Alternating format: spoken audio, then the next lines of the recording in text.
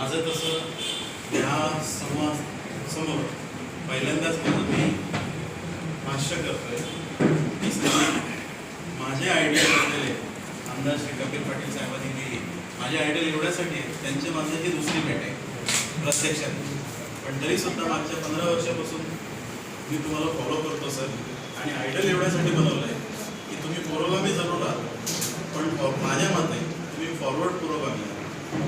Backward पुरोगाम्यांमध्ये पण 2-4 येतात, backward पुरोगामी आणि फॉरवर्ड पुरोगामी. तुम्ही तसे असल्यामुळे मी आयडियल आहात.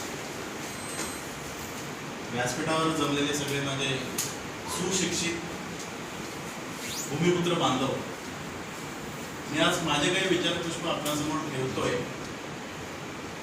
प्रथमतः हा जो विषय खाजगी क्षेत्रातील आरक्षण या संदर्भात बोलण्या अगोदर मी माझा स्वतःचा परिचय करून देतो आपल्यास.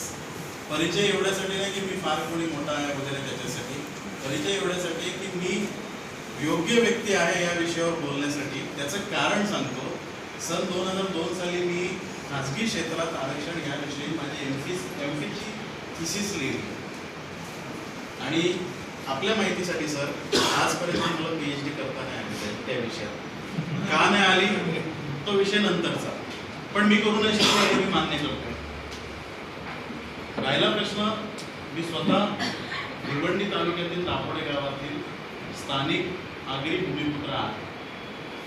मला कोणीही गॉडफादर नाही आणि जे काही करायचं ते स्वतः करायचं. फक्त आईबाबांनी शेवटपर्यंत एकच सांगितलं होतं, किती कर्ज काढावं लागलं तरी आम्ही काढू, तुला शिकायचंय, काय शिकायचंय तू ठरव, कसं शिकायचं तेही तू ठरव, आम्हाला फक्त सांग किती पैसे लागणार आहेत. आमचे प्रसंगी आम्ही प्रॉपर्टी विकू, पण तुला शिकू. तेवढी ती संधी मिळाली. आज मी स्वतः BCom, MCom, LLB, LLM, MPhil, PhD करतोय लॉमध्येच. आणि अशा तत्सम जवळजवळ 8 डिग्र्या आणि डिप्लोमा कोर्सेस करून आपल्या अभिमानासाठी सांगतोय, ठाणे जिल्ह्यातील माझ्या समाजाचा मी पहिला व्यक्ती आहे जो सुप्रीम कोर्ट बार असोसिएशनमध्ये रजिस्टर्ड आहे. वयाच्या 28व्या वर्षी देशामधला पहिला आहे. आणि त्याचबरोबर मित्रांनो, टाळ्या नका वाजू, मला खास करून सांगायचं आपण काही कमी नाही आहोत. मला आता भाष्य पटलं तुमचं, आपल्यामध्ये काही कमी नाही, कशाला लेबल पाहिजे. फॉरवर्ड विचार तुमच्यासारखे जे आहेत तेच विचार मला आवडतात, म्हणून मी सांगतो. ती छत्री नाही पाहिजे आम्हाला. आज खाजगी आरक्षणाचा जर विषय आपण हातात घेतो तर ती छत्री कधीच उडाली आपली. कारण मित्रांनो, मेहनत आणि मेहनत या मुंबईमध्ये, या महाराष्ट्रामध्ये जर टिकून राहायचं असेल तर आपल्याला पहिले ही मानसिकता सोडून द्या. ज्या वेळेला आरक्षण नावाची वस्तू आपल्या डोळ्यासमोर येते तर पाटील साहेब आपल्या डोळ्यासमोर एकच विषय येतो, परमनंट नोकरी विना फायस. आणि त्या छत्रीसाठी आमचा झगडा चालू असतो. आम्ही असे आळशी नाही आहोत. मी आता ऑलरेडी आतमध्ये त्यांना आळशी बोलत नाहीये, पण हा जो तरुण बसला याच्यामध्ये क्रांती घडवण्याची ताकद आहे. सगळं काही करू शकतो. खाजगी क्षेत्रामध्ये आम्ही सगळ्या गोष्टी करतो. At par with international market आपल्याकडे नॉलेज आहे, पण योग्य ती संधी प्रशासनामध्ये मिळत नाही. मी स्वतः 2 वेळा UPSC इंटरव्ह्यू देऊन वेटिंग लिस्टमध्ये आहे. Selected but not recommended. तुम्हाला कळत असेल, पण मला वाटतं बरं झालं मी रेकमेंड झालो नाही. कुठेतरी अडकून पडलो असतो. माझ्याबरोबरचे जे कोणी आज आतमध्ये आहेत, आज 16 वर्ष 18 वर्षाच्या सर्व्हिसनंतर प्रत्येकाला असं वाटतं की आम्ही अडकलो, तू बरा आहे, फ्री राहिलास. हा अनुभव आहे. त्याचं कारण आहे, आपल्याला सरकारी नोकरी म्हणजे आपल्याला वाटतं आपल्याला पूर्ण आयुष्यभराची शाश्वती. सरकारी नोकरीचे जे काही हाल आहे ते तुम्ही नवीन जॉईन झालेल्या माणसाला विचारू नका. तुम्ही 10 वर्षाच्या 12 वर्षाच्या सिनियर जे कोणी आहेत त्यांना विचारा, त्यांना काय त्रास आहे. आणि मित्रांनो, खाजगी क्षेत्रात जे आरक्षणाचा हा विषय आहे, या विषयावर मी साहेब आता मी थोडासा वेळ जास्ती घेईन तुमचा, हक्काने मागतो, कारण मला तुम्ही संधी दिली आणि थोडंसं आता झेलावं तर लागेल. ह्या आरक्षणाच्या या विषयावर प्रथमतः मी एक सुचवू इच्छितो की इतिहासामध्ये नका जाऊ. जितका इतिहासामध्ये आपण जाणार, जितका इतिहास उलगडणार, तितकाच मतमतांतरे होणार. आणि आपल्याला नवी पिढी घडवायची आहे तर इतिहासामध्ये पुराणातली वांगी पुराणात राहू द्या. उद्याचं काय ते बोला. आज माझा हात माझ्या तोंडाला लागू पडतो का? जर माझा पडतो तर माझ्या समाजाला मिळतो का? माझ्या समाजातील वंचितांना मिळतो का? ते वंचित का राहिले? मी खेदाने सांगतो, मी आगरी समाजाचा असून मीही डावलला गेलोय, पण मला डावलणारा कोणी ब्राह्मण नव्हतंच आहे. मला डावलणारा माझा आगरीच होता. मग मी किती दिवस त्यांना शिव्या देणार? ही लढाई ही जाती व्यवस्थेची नसून गरिबी आणि श्रीमंतीची आहे, हे वास्तव स्वीकारा. आणि गरिबी आणि श्रीमंतीची तरी आपण कशी लवकरात लवकर कमी करू शकू. मग मला सांगा, जर तुमच्या खिशामध्ये 4 पैसे आले, आर्थिक सुबत्ता आली, खरंच मनापासून तुम्हाला आरक्षणाची गरज असेल का? त्याचं कारण आहे, आज आम्हाला वंचित राहिलो. आपण वंचित आहोत म्हणजे नक्की काय? आम्हाला संधी मिळाली नाही, ठीक आहे, पण संधी न मिळण्यासाठी जर कोणी इतर जाती जमातीच्या किंवा तथाकथित सवर्णांनी आपल्याला डावललाय, अशी जर आपली भूमिका असेल तर माझं ठाम मत आहे, त्यांच्याबरोबर आमच्या समाजातील तथाकथित आपल्यातले जे सवर्ण निर्माण होतात आणि वर्षानुवर्ष पिढ्यानी पिढ्या होतात. कारण आपल्या समाजाला लागलेली कीड आहे, भूमिपुत्रांना लागलेली कीड आहे की जो कोणी आमचा शिकला सवरलेला होतो ना, तो स्वतःला ब्राह्मण समजतो. माफ करा, मी शब्द घेत नव्हतो. आणि मग तो इतरांना तुच्छ समजतो आणि ती एक कॅटेगरी जी तयार होते, ती कॅटेगरीच डिफरन्स बनवते. ती तरी आपल्याला मिटवायची. आज इथं 90% 40च्या आतले लोक आहेत आणि ही खरी ताकद आहे. जर हा मेसेज घेऊन आपण पोहोचू शकलो त्या शेवटच्या घटकापर्यंत. आज आगरी-कोळी भूमिपुत्र महासंघातर्फे मी इथं मला साहेबांनी बोलवलं. हा आगरी-कोळी भूमिपुत्र नक्की काय महासंघ? 6 जिल्ह्यांमधल्या जवळजवळ 370हून अधिक सामाजिक संघटना यांचं मिळून एक हा महासंघ तयार झालाय. आणि आमचं प्राईम आमचं घोषवाक्य काय की या भूमीमधले आम्ही भूमिपुत्र, या भूमिपुत्रांना आज कसली नोकऱ्यांचा हा विषय साहेब नंतर आमची घरं वर्षानुवर्षाची पिढ्यानपिढ्यांची ती वंश परंपरेची आमची घरं आज आमची नाही आहेत, ते आमची आहेत हे सिद्ध करण्यासाठी आम्हाला शासन दरबारी जावं लागतंय. आमच्या वर्ष परंपरेचे व्यवसायाचे हक्क, मासेमारीचा हक्क, भात शेतीचा हक्क हे आमचं आहे हे सांगण्यासाठी आज वेळ आली आहे. आणि आम्ही भांडतो कशासाठी? आम्हाला मुंबईमध्ये फ्लॅट नकोत. आम्हाला मूळ आमची जी झोपड्या होत्या जे गावठाणांमध्ये, त्यांचं गाव म्हणून सीमांकन करा आणि आम्हाला आमचा गावाचा दर्जा द्या. ऍक्च्युली आम्ही तुम्हाला दर्जा द्यायला पाहिजे, तुम्हाला म्हणजे तथाकथित डेव्हलप मुंबईला.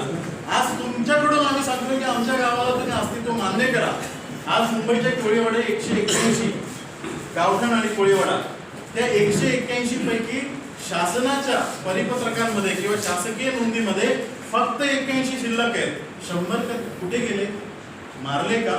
खाल्ले का? हा प्रश्न विचारण्याची ताकद या भूमिपुत्रामध्ये नव्हती. भूमिपुत्राच्या डोक्यात प्रश्न नव्हता असा नाही, पण त्यांना बळ नव्हतं.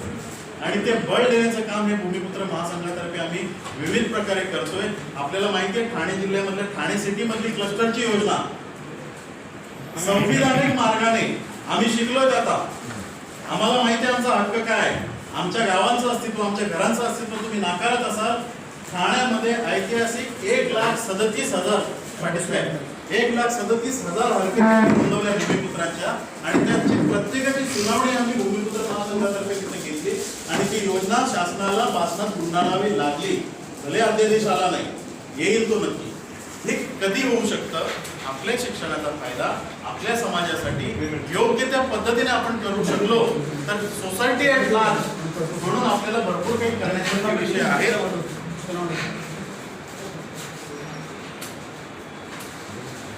खाजगी क्षेत्रातल्या आरक्षणाविषयी साहेब माझं स्वतःचं फायनल आहे. मुळात मित्रांनो एक गोष्ट समजून घ्या, खाजगी क्षेत्र म्हणजे काय?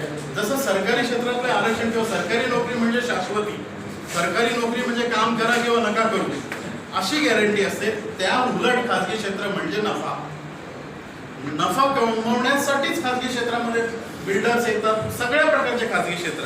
मग त्या खाजगी क्षेत्रामध्ये जर नफा हा मूळ धागा आहे, त्या मूळ जागेला कुठेही टच न करता ज्या वेळेस आपण ही पॉलिसी मांडू शकलो तर आपण या पॉलिसीमध्ये यशस्वी होऊ शकू. कारण ज्या मोमेंट आपण हा विचार जरी पुढे आला समोर की काही प्रमाणात त्यांचा नफा कमी होईल, आपल्या पॉलिसीला भंग करण्यासाठी आपल्यामध्ये फूट पाडली जाईल. त्यामुळे तो त्यांचा प्रॉफिट मेकिंग रेशिओला कुठेही धक्का नसेल किंवा आपला तो विषयच नाही. आपला विषय असा असेल की या क्षेत्रामध्ये मुळात हे खासगी क्षेत्र म्हणजे हे कुठे आलं, हवेमध्ये बनवलं का? बनवलं या भूमीमध्ये. या भूमीतील जे कोणी भूमिपुत्र आहे तिथले स्थानिक मूळ निवासी, बारा बलुतेदार, आगरी असो, कोळी असो, भंडारी असो, वाडवळ असो, या भूमीतून तुम्ही बनलाय. आज अख्खी मुंबई जी बसली आहे ही मुंबई बसली आहे भूमिपुत्रांच्या जागेवर. सुरुवात आपल्याला त्या भूमिपुत्रांना प्रोटेक्ट करण्यापासून करावी लागेल. भूमिपुत्रांची लढाई लढता लढता आपल्याला सगळ्यात 12 बलुतेदारांना त्याच्यामध्ये घुसवावं लागेल. आपण ज्या वेळेला हा धागा पकडतो भूमिपुत्रांचा त्यावेळेलाच आपण यशस्वी होऊ. आपण खासगी क्षेत्रात डायरेक्ट आरक्षण पाहिजे अफर्मेटिव्ह ऍक्शन प्लान प्रमाणे, तर अफर्मेटिव्ह ऍक्शन प्लान प्रमाणे आपल्याला हे सिद्ध करता करता नाकीनऊ येईल की आपण डावलले गेलोय आणि त्यांच्याकडे दुनियाभरची आकडेवारी आहे की आपल्याला काय काय दिलंय. त्यामुळे आपल्याला हे सिद्ध करायचंय की तुमची संपूर्ण संसाधनं आमची वापरली, तुम्ही आमच्या भूमीवर तुम्ही मोठे झाला आणि ह्या भूमीवर मोठे होऊन आता तुमची वेळ आहे की या भूमीच्या भूमिपुत्रांना तुमच्यामध्ये सामावून घ्या. आणि ती कॉन्सेप्ट आपल्याला योग्य पद्धतीने तिथं मांडावी लागेल. मला त्याच्यात खात्री आहे कपिल पाटील साहेब त्यामध्ये सक्षम आहेत. ते अशा सगळ्या सरकारच्या गळ्यामध्ये अशा सगळ्या योजना उतरवण्यामध्ये वस्ताद आहेत.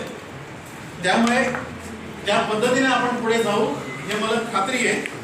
दुसरं, सरकारी नोकरीमध्ये आपण सगळ्यात मोठी एक गोष्ट लक्षात घ्या. सर, आमच्या इथे नैना प्रकल्प आहे, सिडको आहे. आता JNPT मध्ये आम्ही आंदोलन करतोय. JNPT मध्ये आता कोणीतरी इथं विषय काढला की तुम्ही प्रशिक्षित पाहिजे. तुमच्या माहितीसाठी सांगतो, ज्या वेळेला आम्ही हा भागा पकडला खासगी क्षेत्रातला प्रॉफिट मेकिंग, ज्या वेळेला त्या कारखानदाराला, ज्या ठेकेदाराला त्याला वाटतं की माझा प्रॉफिट कमी होतो, त्यावेळेला तुम्ही किती प्रशिक्षित असा तुमचं त्याच्यासाठी काही उपयोग नाही. ते झालं सिंगापूर पोर्ट. हे आंदोलन तुम्ही ऐकलं असेल. माझ्या भूमिपुत्रांच्या 13 बहिणी तिथं MBA इंजिनिअरिंग ह्या 2-2 डिग्र्या घेऊन कामाला लागलेल्या आहेत आणि आज त्यांना सरसकट कामावरून काढून टाकलं. त्या बहिणी जवळजवळ 1 महिनाभर तिथं उपोषण करत होते आणि एकही नालायक राज्यकर्ता तिथं पोहोचू शकला नाही. हे वास्तव आहे. मग आमच्यामध्ये इंजिनियर महिला नाही आहेत का? आमच्यामध्ये MBA महिला नाही आहेत का? त्यांना नोकऱ्या दिल्या नाही आहेत का? पण दिलेल्या नोकऱ्या टिकवण्यासाठी त्यांच्या बाजूने कोणीच उभं नाही राहिलं. आज समाज म्हणून, हा भूमिपुत्र म्हणून आपल्याला त्यांना बळ देणं गरज आहे. आता राहिला प्रश्न सर्वांगीण विकासासाठी. जसं स्पर्धा परीक्षेचा आपण सांगतोय, साहेब आपल्या माहितीसाठी सांगतो, आगरी कोळी भूमिपुत्र महासंघातर्फे मागच्या 6 वर्षापासून आम्ही 1 महिन्याचं सेशन घेतोय. आता या सेशनमध्ये, आता आमचं सेशन 1 महिन्याभरापूर्वी आटोपला. आमचे रवींद्र शिसवे जे DCP आहे मुंबईला, त्या रवींद्र शिसवे साहेबांच्या अध्यक्षतेखाली आणि मार्गदर्शनाखाली 72 मुलांना आम्ही ट्रेनिंग दिलं 1 महिनाभर फ्री ऑफ कॉस्ट. मी आपणा सर्वांना आवाहन करेन, जर कोणाला त्या ट्रेनिंग सेशनला यायचे, पूर्णपणे फ्री ऑफ कॉस्ट असतो, महिनाभराचं आहे. आपण आगरी कोळी भूमिपुत्र महासंघ किंवा आगरी कोळी मेडिकोज फाउंडेशन, आमच्या समाजाच्या, आमच्या या भूमिपुत्रांच्या मध्ये जवळजवळ 1800 मेंबर्स आमचे डॉक्टर मंडळी आहेत. त्या डॉक्टर मंडळींची आम्ही एक वेगळी विंग बनवली आणि त्यांच्या मार्फत हे आम्ही सगळे कार्यक्रम करतोय. मुळात मला हा मेसेज द्यायचा आहे की हे जे काही सर्व करताय, साहेब तुम्ही आमच्यासाठी भांडताय, आम्हाला कळलं म्हणून आम्ही आलोय. आता माझी जबाबदारी आहे मला माझ्या भूमिपुत्र समाजाला हे सांगायचे की आपल्यासाठी भांडणारं कोणीतरी मुंबईमध्ये सुद्धा आहे. नाहीतर आतापर्यंत आम्हाला मुंबईतल्या लोकांना, मुंबईच्या कोळीवाड्यांचे सीमांकन असो, त्यांचे घरपट्टे असो, त्यांचे प्रॉपर्टी कार्ड असो, त्यासाठी आंदोलनं करायला आम्हाला पुण्यावरून यायला लागायचं. आता आम्हाला कळलं मुंबईतला माणूस आहे, मुंबईतल्या माणसांबरोबर आमच्यासाठी पण भांडतोय. साहेब या संपूर्ण आंदोलनामध्ये भूमिपुत्रांच्या फायद्यासाठी संपूर्ण भूमिपुत्र समाज आणि आमचा भूमिपुत्र महासंघ हा आपल्या बरोबर असेल. संपता खास करून माझे कोळी बांधव इथं आहेत. एक केंद्राची नवीन शिपिंग कॉरिडॉर नावाची एक संकल्पना येते. 35 नॉटिकल मैलमध्ये आम्ही मासेमारी करू शकणार नाही साहेब. कच्छ आखातापासून तर तामिळनाडूपर्यंत 35 नॉटिकल मैल हा जर आम्हाला मासेमारीसाठी बंद झाला तर आम्ही संपलो. कारण माझा कोळी बांधव हा हाय सी मध्ये जाऊन मासेमारी करत नाही, यांत्रिक बोटींमधून करत नाही. जो इथला भूमिपुत्र कोळी बांधव आहे तो 30-35 नॉटिकल मैलाच्या आतमध्येच मासेमारी करतो आणि तो संपूर्णतः मासेमारीसाठी बंद असणार आहे. आणि त्यासाठी आपल्याला फार मोठं आंदोलन छेडावं लागेल. त्यासाठी मला नक्कीच आशा आहे की आपण त्या संदर्भात लक्ष घालाल आणि भूमिपुत्रांच्या या लढाईमध्ये आम्ही नेहमीच आपल्या सोबत राहू ही आपणास ग्वाही देतो. आपण मला बोलावलं, बोलण्याची संधी दिली त्याबद्दल आपले आणि ऐकले म्हणून आपला सर्वांचे धन्यवाद म्हणून मी इथंच रजा घेतो. जय हिंद, जय महाराष्ट्र.